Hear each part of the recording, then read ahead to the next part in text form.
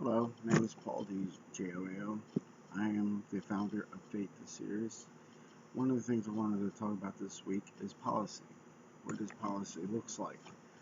Well, policy is the background of theology that we all have some sort of an idea of what it is about.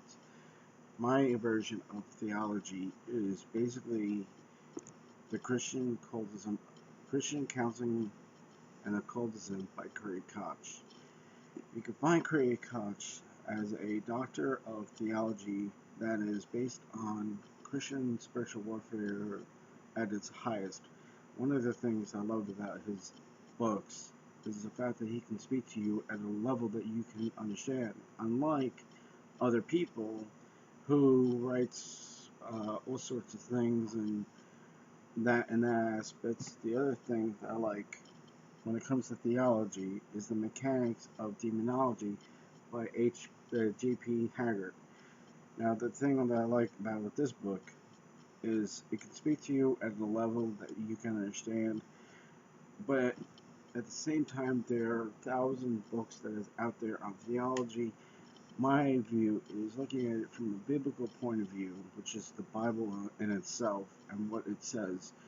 For instance, there was an interesting discussion this week about holy water.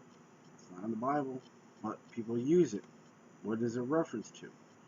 People bless anything. Can people bless a cross? Yes. Is it biblically? We don't say is it biblically, but we use it when we deal with spiritual warfare. There are so many things, but my number one rule is John 1:5. And with my books, I find that you can do a lot of things. It's unlike anything. My book speaks to you um, through the characters and what they're about and what's going on.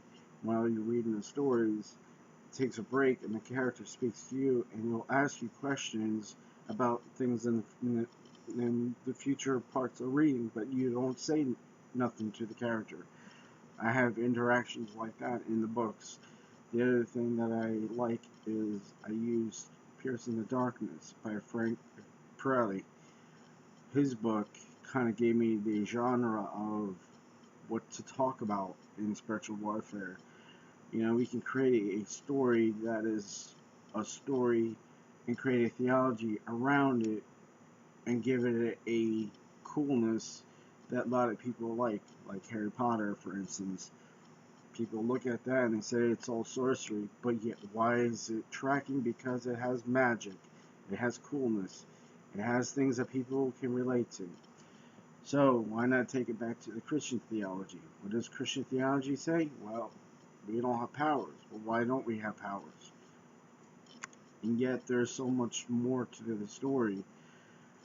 I think that a lot of things, Christian spiritual warfare in the different levels, has embraced some sort of pinnacles that can go even further, but they don't go even further. Unlike my books, it goes to that area that really can sell to the average person. The average person can read it and say, "Wow, this is actually going on."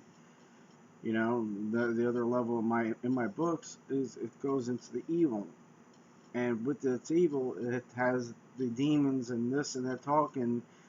So you got a combination of all these different elements put into one story, and I urge you to start reading the first one, Mark and Sam, and I know that you guys will like it.